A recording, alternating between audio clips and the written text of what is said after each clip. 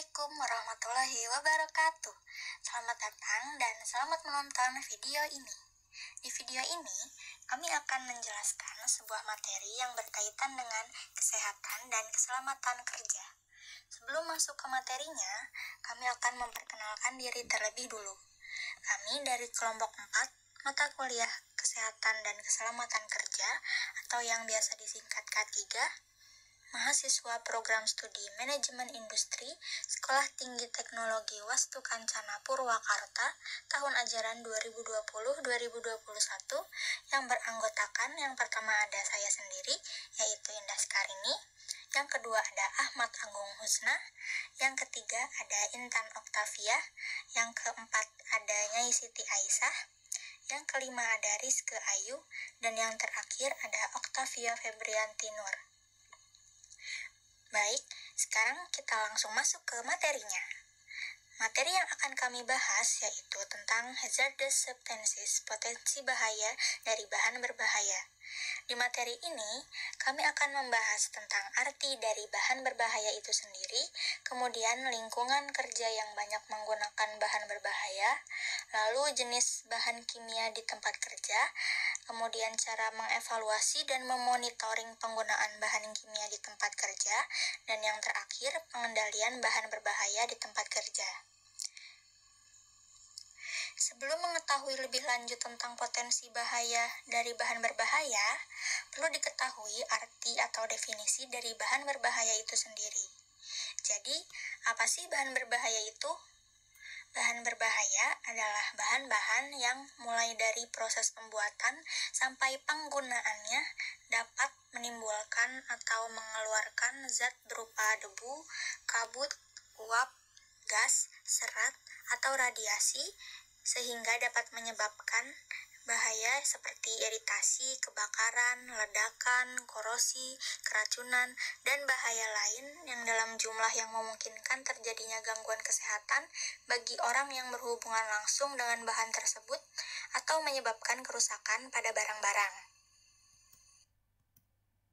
Selanjutnya, lingkungan kerja apa saja yang banyak menggunakan bahan berbahaya? 1. Industri kimia, yaitu industri yang mengolah dan menghasilkan bahan kimia, di antaranya industri pupuk, asam sulfat, soda, bahan peledak, pestisida, cat, deterjen, dan lain-lain. Kedua, industri pengguna bahan kimia, yaitu industri yang menggunakan bahan kimia sebagai pembantu proses, di antaranya industri tekstil, kertas, kulit, pelapisan listrik, pengolahan logam, obat-obatan, dan lain-lain.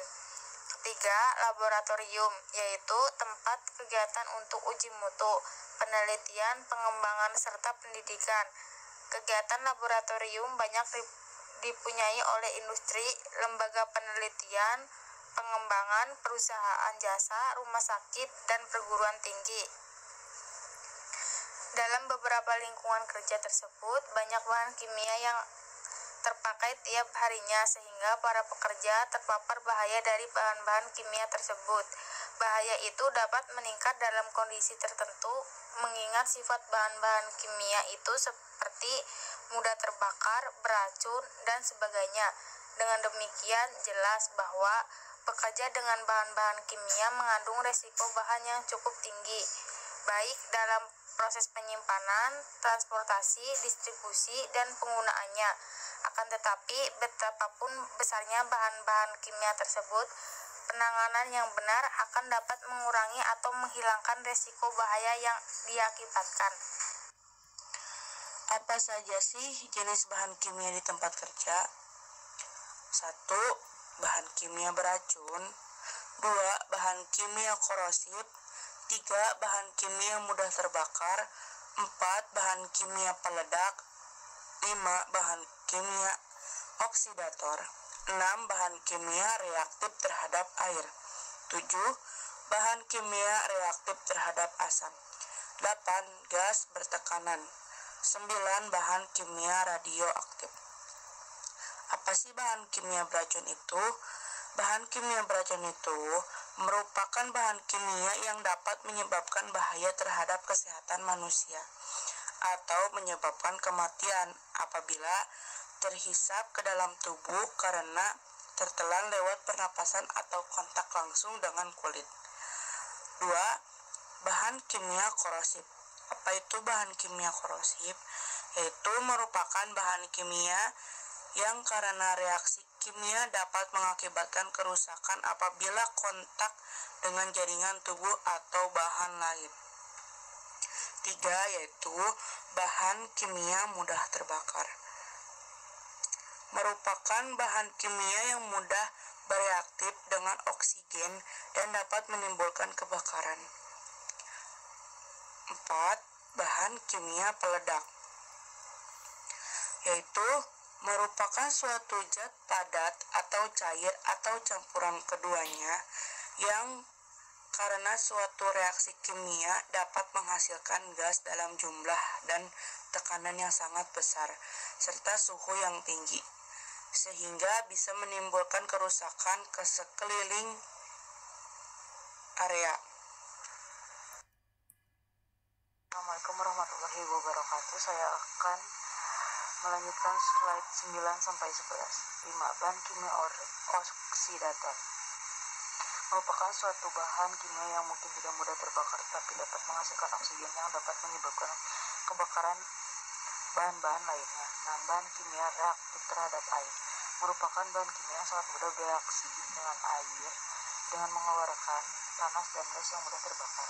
7. Bahan kimia reaktif terhadap asam merupakan bahan kimia yang sangat mudah bereaksi dengan asam menghasilkan panas dan gas yang mudah terbakar atau gas-gas beracun dan korosif. 6. Gas bertekanan merupakan gas yang disimpan di bawah tekanan baik gas yang ditekan maupun gas cair atau gas yang dilarutkan dalam pelarut di bawah tekanan. 9. Bahan kimia radioaktif merupakan bahan kimia yang mempunyai kemampuan memancarkan sinar radioaktif dengan aktivitas jenis lebih besar dari 0,002 gram. Bagaimana mengevaluasi dan memonitoring bahaya kimia di tempat kerja? 1. Membuat daftar bahaya yang ada di wilayah kerja yang akan dievaluasi. 2. Penentuan bahan yang sebenarnya dipakai. 3. Penentuan nama kimia sebenarnya dan atau nomor sekimal abstrak size.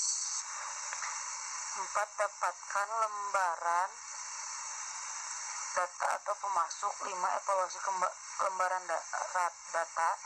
6. Periksa dan toksikologis yang diberikan dan tulis kembali lembaran data. 7. Periksa semua tempat penanganan bahan. 8. Lewat inhalasi atau periksa monitoring udara. 9. Lewat kulit. 10. Periksa metode pengendalian. 11. Penerimaan perbaikan sebelum evaluasi. Bagaimana pengendalian bahan berbahaya di tempat kerja? 1. Pengendalian berdasarkan sumber yang memiliki 3 poin. Poin pertama, mengganti bahan kimia atau proses yang lebih aman. Poin kedua, modifikasi proses kerja. Poin ketiga, isolasi atau enclosed process. 2. Pengendalian berdasarkan area pajanan memiliki 3 poin. Poin pertama, local exhaust ventilation atau ventilasi uap mesin. Poin kedua, general ventilation atau ventilasi umum. Poin ketiga, housekeeping, perawatan di tempat kerja. 3. Pengendalian pada pekerja memiliki 4 poin. Poin pertama, pendidikan dan pelatihan. Poin kedua, menutup endos pekerja. Poin ketiga, respirator, gloves, and chemical protective clothing. Poin keempat, lounge and locker rooms, lavatories, airwash, and so on.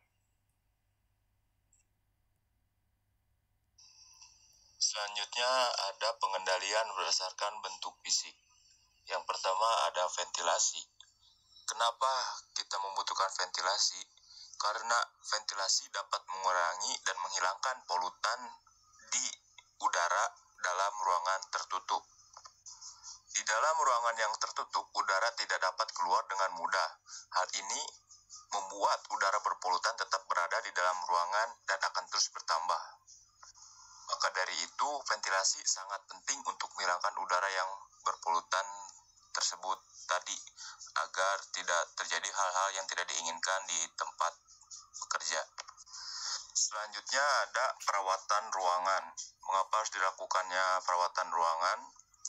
Ya seperti yang kita ketahui, karena kita harus menjaga kebersihan dan juga untuk menghilangkan zat-zat ataupun bahan-bahan yang tertinggal ataupun pasca bekerja yang harus dibersihkan agar tidak timbul bahaya. Selanjutnya ada pun respirators ataupun bisa disebut alat bantu napas. Mengapa harus menggunakan alat bantu napas? Jika di tempat kerja sangat berdebu ataupun memiliki zat-zat bahaya yang terdapat di udara, kita seharusnya menggunakan respirators karena untuk berjaga diri agar tidaknya timbul penyakit dalam diri dan hal-hal yang membahayakan. Nah, selanjutnya ada liquid atau zat cair. Liquid itu sendiri adalah zat yang fase materinya cair atau zat cair.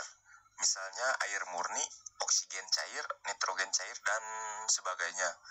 Nah, yang dibutuhkan di sini adalah oksigen cair gitu. Kenapa? Karena kita takutnya membutuhkan suatu napas seperti napas buatan ataupun untuk menstabilkan pernapasan kita. Selanjutnya ada hand alias tangan, karena kita harus menjaga hal yang kita tidak boleh pegang karena bersifat berbahaya. Ya, selanjutnya ada gloves atau sarung tangan, karena kita tidak sembarangan bisa memegang bahan yang berbahaya yang bisa bersentuhan dengan kulit secara langsung, bisa menimbulkan bahaya atau penyakit. Kita sebaiknya menggunakan sarung tangan. Selanjutnya ada chemical atau bahan kimia. Chemical ini berfungsi sebagai pembersih ya, yang bisa mengangkat kotoran pada permukaan yang akan dibersihkan gitu. Bila chemical ini digunakan dengan baik, tentu akan mempermudah pekerjaanmu. Namun jika tidak, akan sebaliknya gitu, beresiko membahayakan keselamatan diri dan juga bisa berpotensi merusak permukaan yang akan dibersihkan.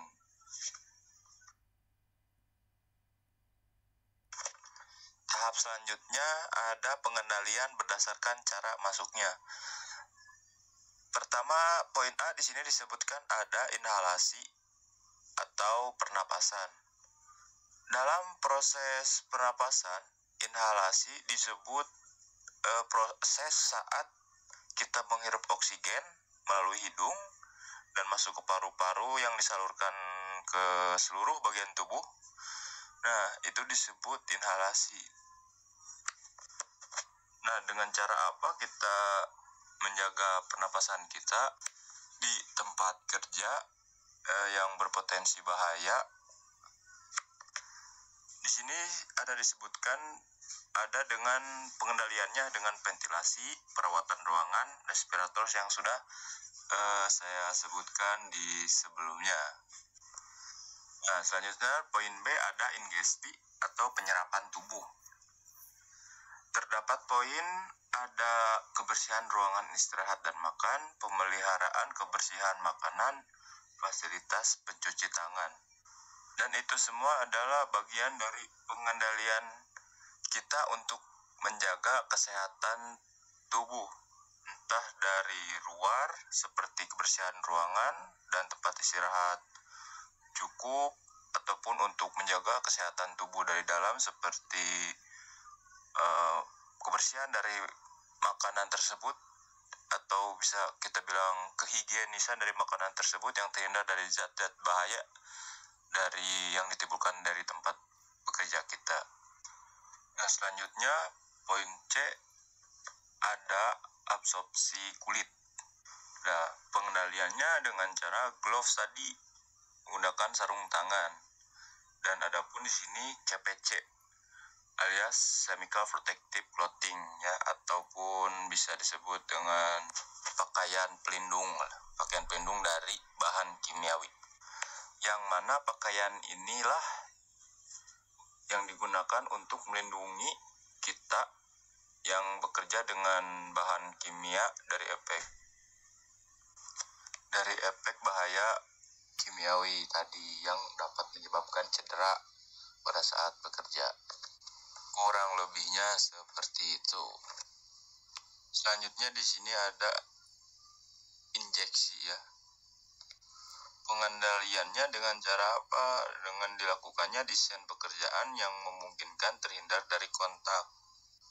Dan itu dilakukan untuk meminimalkan kontak fisik dengan bahan kimia agar tidak terjadinya injeksi tadi yang memungkinkan kita terpapar suatu bahan berbahaya yang menimbulkan celaka bagi diri kita.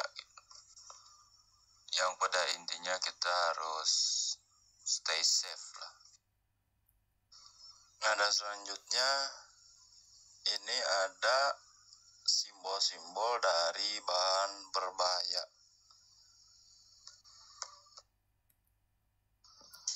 Ya baik, cukup sekian yang dapat kami sampaikan. Mohon maaf apabila banyak kesalahan.